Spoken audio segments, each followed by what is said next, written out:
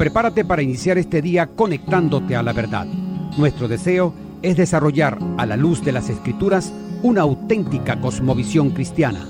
Te invitamos a vivir en obediencia a la palabra una vida coherente con el Evangelio de Cristo, la única verdad que puede hacerte libre.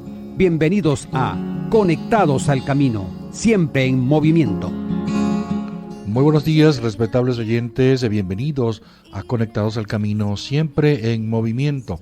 Espero que así como ayer fue edificado con nuestros contenidos en esta serie, pues hoy también sea aún más edificante todo lo que vamos a compartir. Vamos a elaborar para ustedes en la producción nuestra hermana Adriana Osorio de Coello y quien modera para ustedes su hermano y amigo Henry Rodríguez. La oración nos conecta, inicia nuestro programa de hoy. Señor, te damos muchas gracias por este nuevo día que nos das. Gracias porque tus misericordias nos han guardado mientras dormíamos y hoy nos dan una nueva oportunidad, Señor. Queremos también pedirte, por favor, que por tu gracia y que por tu poder nos ayudes a pasar el umbral del día de una forma que te agrade, que te glorifique, que pongamos en primer lugar las cosas espirituales, que busquemos y anhelemos el reino de Dios y su justicia. Y todas las cosas referentes, Señor, a las necesidades serán añadidas porque te ponemos en primer lugar. Te pedimos, Señor, que nos ayudes a guardarnos del mal, que por favor nos bendigas mientras hacemos nuestras quehaceres, actividades, trabajos, responsabilidades. Que sobre todas las cosas, Señor, busquemos tu gloria, el bien de nuestro prójimo, Señor, que avancemos en la santificación, que no dudemos en cualquier cosa que nos ayude a hacer progresar tu reino. Y también, Señor, guárdanos, protégenos de involucrarnos en cualquier cosa donde nos invitemos a tu inspección. Señor, gracias. Por favor, bendice a cada uno mientras vamos a nuestras vocaciones a la cual nos has llamado. En el nombre de Jesús. Amén. Gracias, Señor. Amén.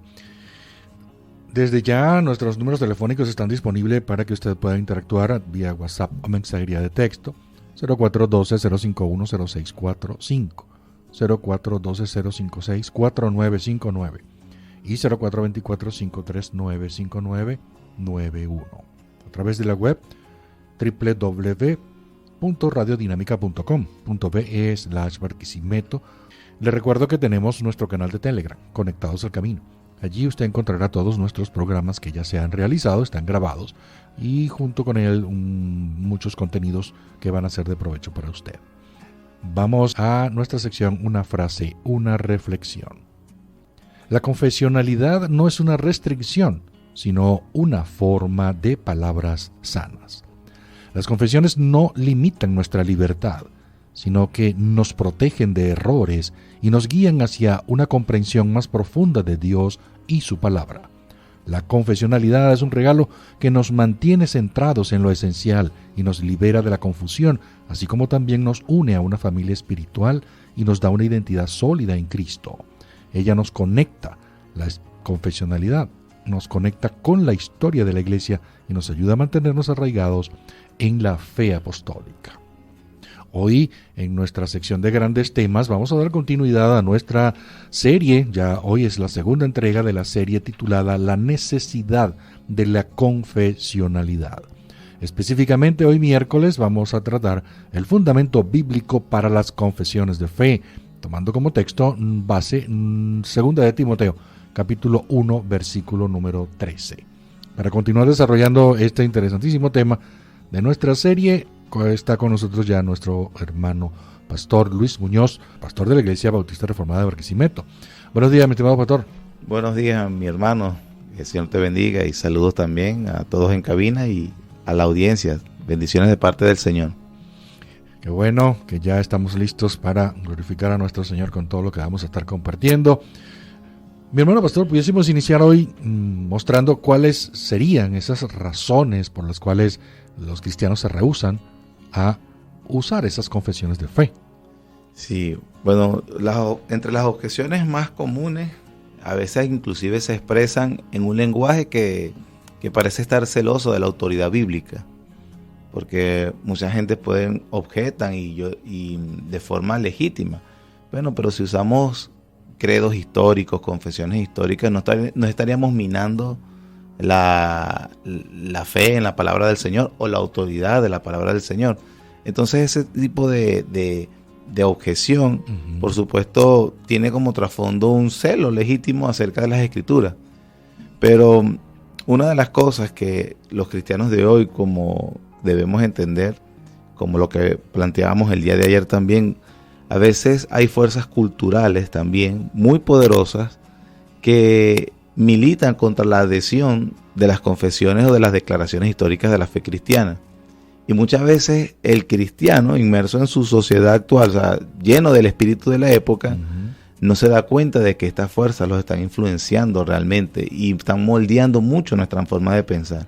Es como el pez que nada en su pecera y él no es consciente ni de la temperatura ni el sabor del agua en la que está nadando. Bueno, a veces las culturas, el espíritu de la época forman poderosamente nuestra manera de pensar, y a veces creemos que estamos defendiendo algo cuando realmente lo que estamos es expresando el espíritu de la época. Y a veces es una ironía en cuanto al rechazo. Por ejemplo, en este tema del rechazo de las confesiones históricas, estamos a veces más bien expresando lo que el mundo como piensa en vez de pensar bíblica o históricamente.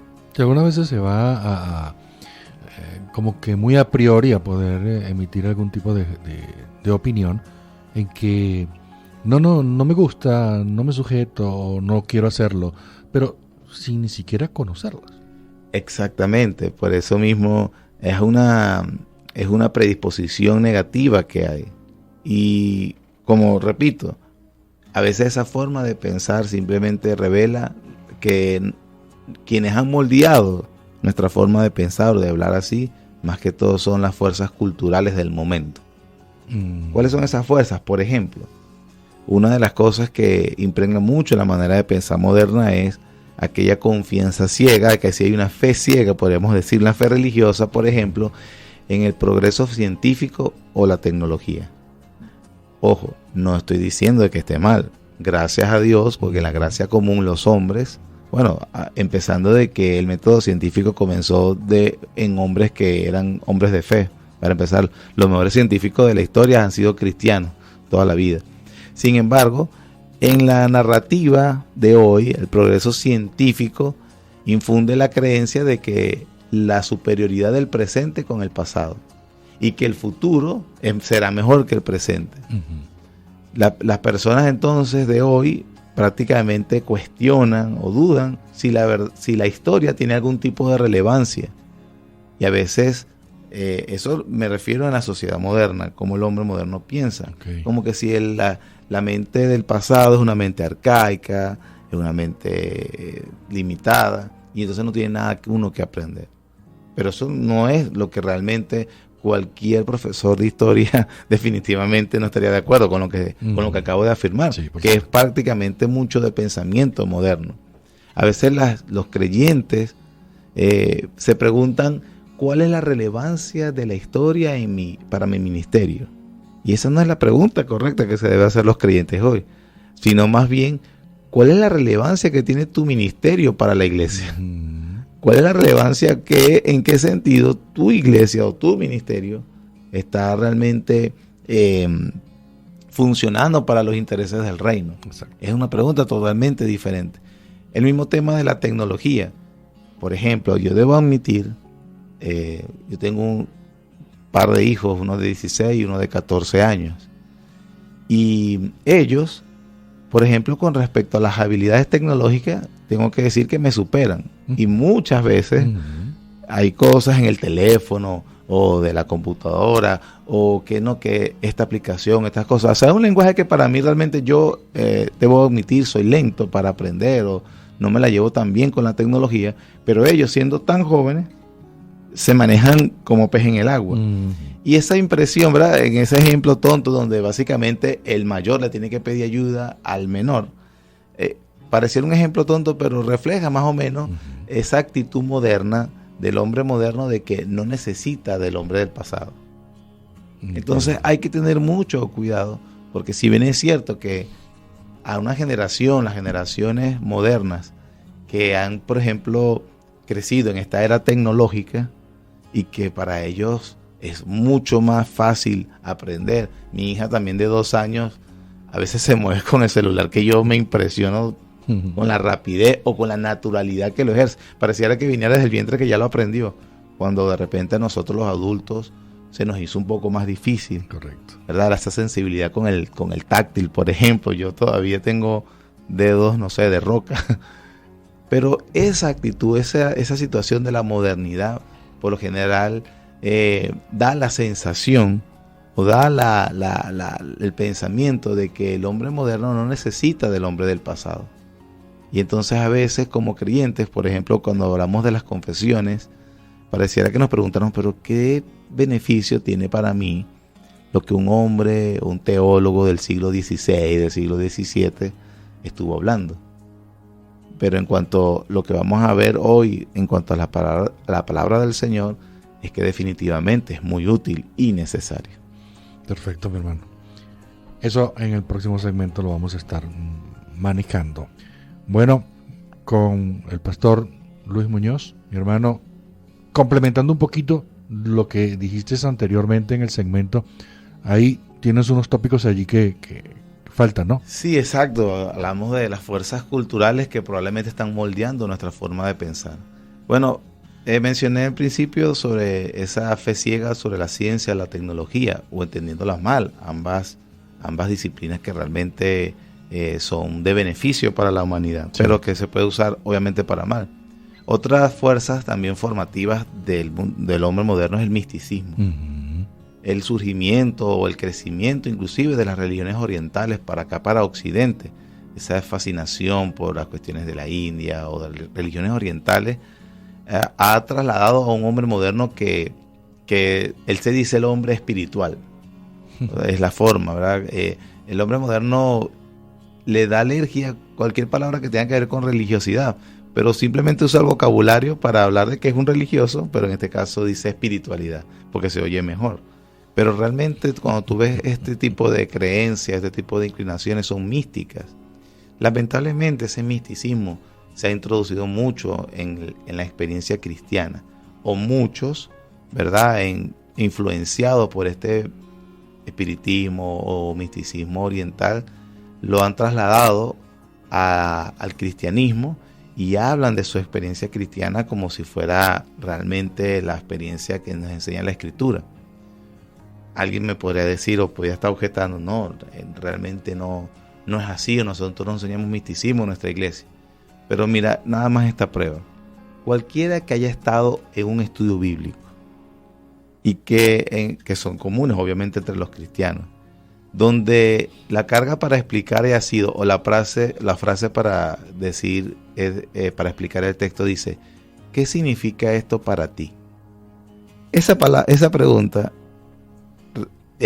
inmediatamente evoca un misticismo, porque la persona está hablando acerca de la subjetividad. O cuando alguien dice, bueno, esto es verdad porque yo lo siento en mi corazón. Esa subjetividad expresa que la persona entiende que su experiencia cristiana tiene que ver con la experiencia personal. Eso es misticismo. Y la Biblia no dice eso. Cuando vamos a explicar un texto, la pregunta correcta no es ¿qué significa para mí? Porque realmente ahí vas a tener tantas interpretaciones como cabezas hay. Claro. Pero aquí, la pregunta correcta cuando leemos un texto de la Biblia o lo queremos explicar es ¿qué quiere decir el autor?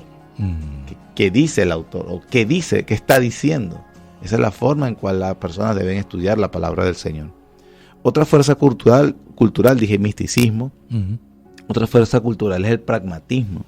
Vivimos en una era donde lo pragmático, lo inmediato, ya las personas, por ejemplo, el almuerzo instantáneo, todo, la velocidad de internet, todas las cosas deben ser de una forma rápida, veloz. Uh-huh. Las personas no realmente evalúan todas las cosas con respecto al valor utilitario que me da en el momento.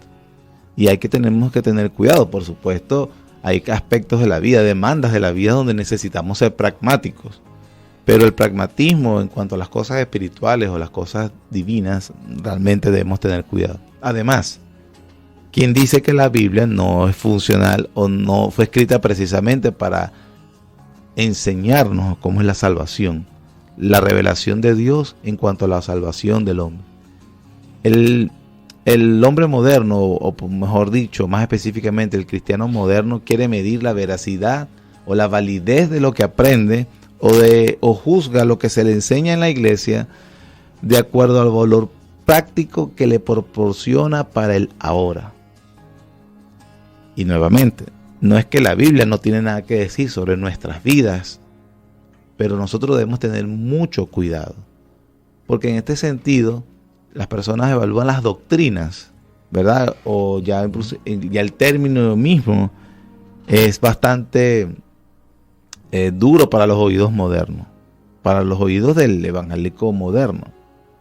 Es muy propia la frase, no me des doctrina, dame a Jesús. Sí. Pero resulta que al mencionar Jesús, ¿y quién es Jesús? ¿Verdad? Jesús Pérez, Jesús Magallanes. No, cuando tú eres Jesús, el Cristo, o Jesús, el Hijo de Dios, ya te estás involucrando en un terreno doctrinal. Porque entonces tienes que explicar qué significa Hijo de Dios, qué implica que sea Hijo de Dios. Ese Hijo de Dios es como todos somos hijos de Dios, es de una manera particular. Bueno, responder a todas esas preguntas ya significa entrar en el terreno de lo doctrinal. Y al mismo tiempo estás haciendo una marca, una distinción con las herejías históricas, por ejemplo, con la persona de Cristo. Un entendimiento incorrecto de eso, por supuesto, va a repercutir en la eternidad. Así de importante, por ejemplo, es cuando estamos haciendo definiciones o haciendo o haciendo afirmaciones.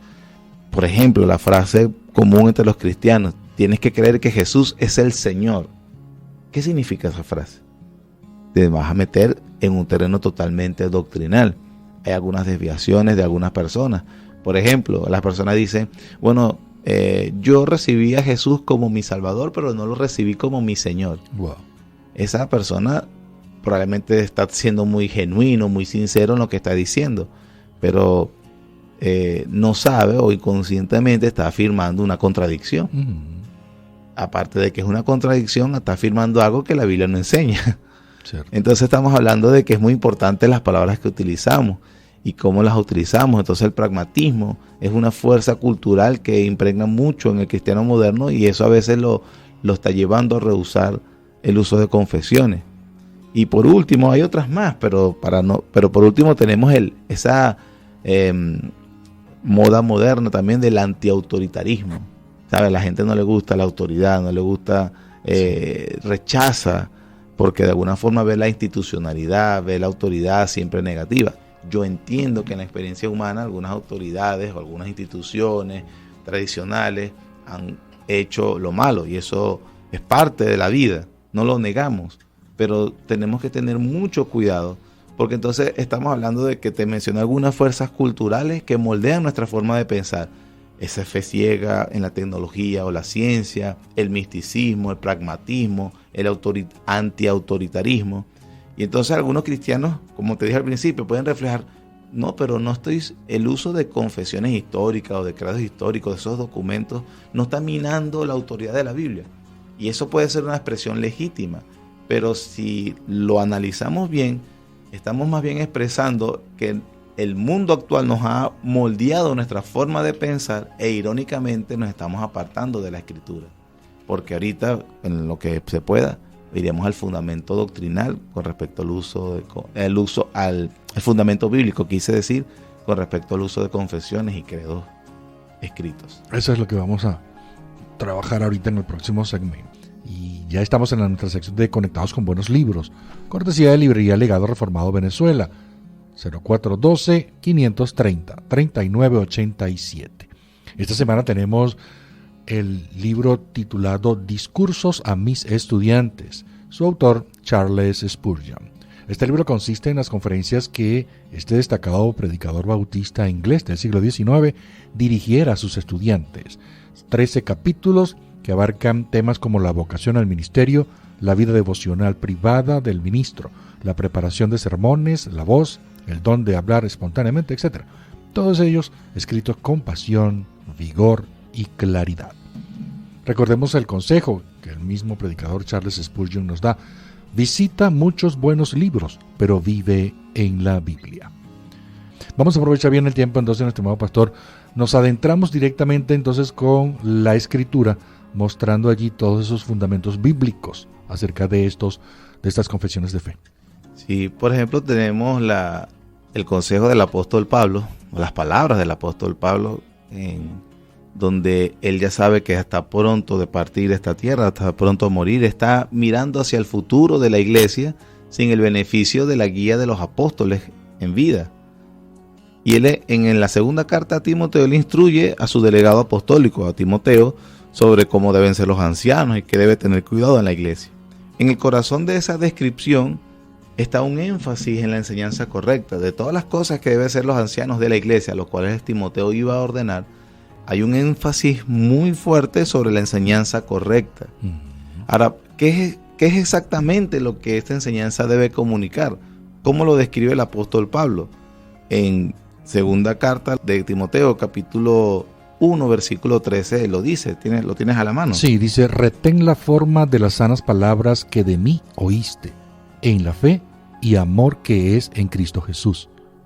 Entonces, Pablo aquí entiende o les dice a Timoteo: retén la forma de las sanas palabras. Pablo está describiendo un modelo, una forma, hay un estándar que funciona como guía confiable para la enseñanza correcta del Evangelio. Pablo no solamente le dijo a Timoteo: mira, Timoteo, asegúrate de que tu enseñanza sea buena y que transmitas bien los conceptos acerca del contenido conceptual que se te ha enseñado. No, Pablo inclusive se preocupa y destaca que la forma de las palabras usadas que él había oído de él. Interesante, ¿no? Una de las cosas que hacen los maestros en cualquier disciplina o en cualquier ciencia, eso lo puede constatar cualquiera que haya estudiado o haya transitado por alguna disciplina, alguna ciencia, es que los maestros se preocupan en enseñar un vocabulario especial a sus alumnos e instruirlos de cómo usar también ese vocabulario correctamente. Porque de esa forma se facilita la comunicación entre los miembros de la profesión o de la ciencia específica. Permite que el trabajo se realice de manera adecuada y eficiente. Y también permite la fácil identificación de un extraño o de alguien que no tiene competencia necesaria en el campo. En cualquier ciencia, sea religiosa u otra o alguna profesión, obviamente hay un vocabulario desarrollado, un vocabulario que aquellos que pertenecen a ese campo de estudio identifican rápidamente que alguien le está hablando realmente con respecto a su campo o simplemente es un extraño. Bueno, exactamente es lo mismo en la iglesia. La iglesia ha desarrollado con el tiempo un vocabulario probado y confiable para expresar los conceptos bíblicos que desea articular. Por ejemplo, la palabra Trinidad es un término que no se encuentra en ninguna parte de la Biblia, pero sin embargo expresa claramente lo que enseña la Biblia y que aquellos que están en el lado de la ortodoxia entienden que el Padre, Hijo y el Espíritu Santo son tres personas de un ser divino. Entonces por eso comunicamos y decimos, hablamos del ser divino, del ser de Dios, no de la persona de Dios, del ser de Dios, que subsisten en el ser divino tres personas, el Padre, Hijo y el Espíritu Santo. Obviamente, al usar el término Trinidad, identificamos ya a un maestro que se está alineando con la concepción histórica y verdadera de la doctrina divina. Entonces, el uso de las palabras, de la forma de las palabras tiene ventajas teológicas, refleja conceptos ortodoxos, sugieren fuertemente que el usuario, el que lo está usando, es ortodoxo. No solamente según de Timoteo 1:13, como expresamos ahorita, hay otros textos en las Escrituras que sugieren, muchos eruditos están de acuerdo en que cuando el apóstol Pablo lo usó, estaban usando, por ejemplo, un credo ya conocido por la iglesia. Uno de esos famosos es, por ejemplo, Filipenses, capítulo 2, versículos 5 al 10. Tú lo tienes, ¿cierto? Sí. Puedes leerlo. Dice, haya pues en vosotros este sentir que hubo también en Cristo Jesús.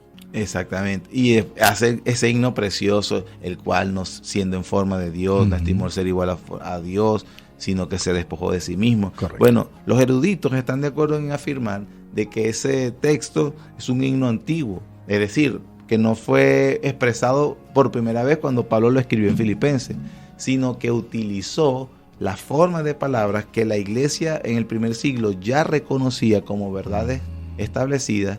Y cuando Pablo está hablando a la iglesia de Filipos, que le está hablando acerca de la humildad, porque el tema en todo el capítulo es que ellos debían ejercer humildad en la relación entre cristianos, él cita una porción de un credo ya conocido para la iglesia. Entonces, cuando Pablo le dice a Timoteo, y obviamente nos está enseñando a la iglesia de todos los tiempos, de que se preocupe de la enseñanza correcta, pero no solamente de transmitir los conceptos correctos, sino de usar la forma de las sanas palabras, está haciendo referencia a que la iglesia misma ha establecido, desarrollado un vocabulario teológico que expresa cuáles son esas enseñanzas correctas.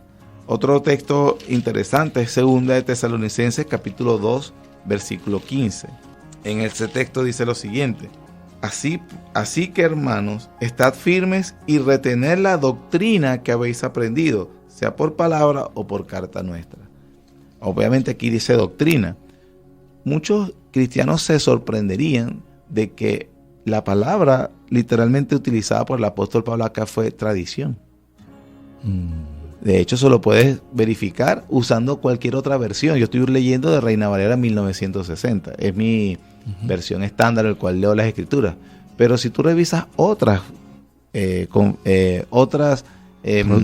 traducciones, la palabra utilizada allí es tradición. Entonces, Pablo está diciendo, retengan, estén firmes las tradiciones que habéis aprendido, sea por palabra o por carta nuestra. 2 de Tesalonicenses 3, capítulo 6, vuelve a decir lo mismo. Pero os ordenamos, hermanos, en el nombre de nuestro Señor Jesucristo, que os apartéis de todo hermano que ande desordenadamente y no según la enseñanza que recibiste de nosotros. Ahí, cuando se dice la enseñanza, también la palabra utilizada es la tradición que recibiste de nosotros. Yo entiendo, ¿verdad?, que a veces usar este término es un poco fuerte para, como estamos planteando desde el día de ayer acerca de algunos términos, como por ejemplo tradición. Y yo entiendo también que las tradiciones de los hombres, el Señor Jesucristo las descartó. O sea, no podemos usar tradiciones humanas para ponerlo como si fuera palabra de Dios. Pero en el mismo uso de las palabras, de la doctrina correcta de la palabra de Dios, el mismo apóstol Pablo usaba la palabra tradición. Entonces, el problema no es usar tradición, el problema es no usar tradición humana. Correcto. Pero debemos obviamente usar la tradición, la enseñanza, las doctrinas bíblicas. Otro texto que nos enseña acerca de eso, bueno, quería simplemente ya citar el último texto de por hoy. Por ejemplo, el apóstol Pablo dice en su primera carta a los Corintios, capítulo 11, versículo 2, leo y dice: Os alabo, hermanos, porque en todo os acordáis de mí y retenéis las instrucciones tal como os las entregué. Nuevamente, esas instrucciones, la palabra literal utilizada es las tradiciones. Dice, ustedes retienen, o yo los alabo. Pablo, el apóstol, inspirado por el Espíritu Santo, alaba a una iglesia por haber retenido la tradición que él les había entregado, las sanas doctrinas, la forma de las sanas palabras. Y una iglesia, su virtud se mide por esa capacidad de ser fiel, no por ser creativo. Hablábamos fuera del aire de un autor habla acerca de la neofilia, el amor por lo novedoso. Y debemos tener cuidado porque caemos en esa fiebre como si estuviéramos cambiando de aparato electrónico, de computador o de celular.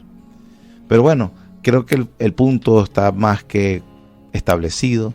La palabra del Señor nos llama a usar las palabras correctas y precisamente el uso de credos y confesiones es para esto.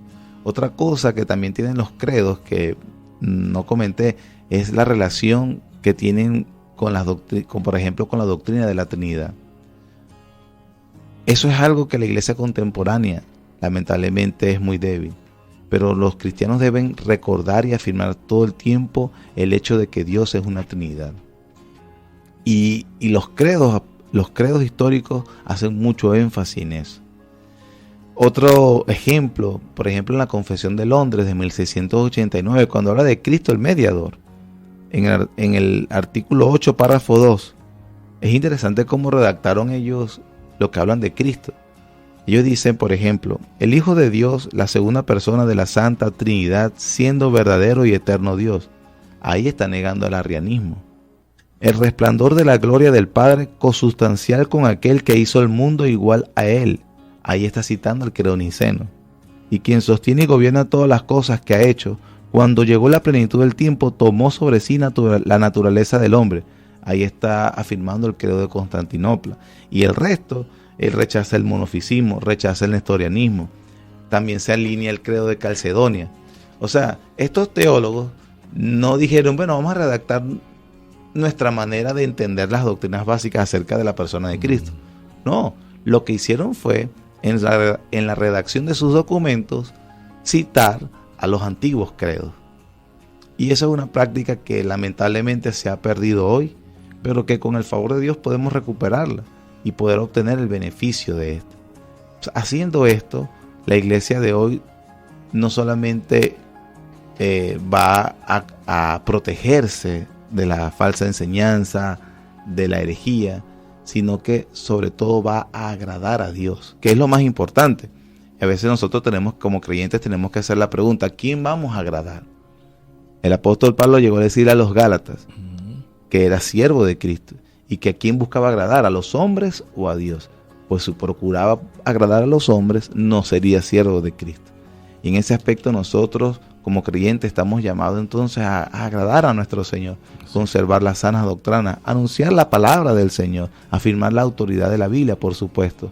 Y hay un vocabulario ya establecido, aprobado, donde podemos alabar, adorar, predicar, proclamar el Evangelio con el uso correcto de las palabras que el Señor quiere que hagamos. Muchas gracias, mi hermano pastor, de verdad. Mañana lo tendremos acá para el cierre de la serie.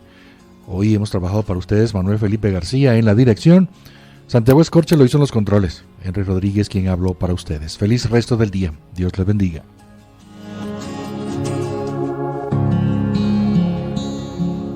Seguimos avanzando por los caminos de Cristo, decididos a mantener a nuestro Señor Dios como el centro de todo en nuestras vidas.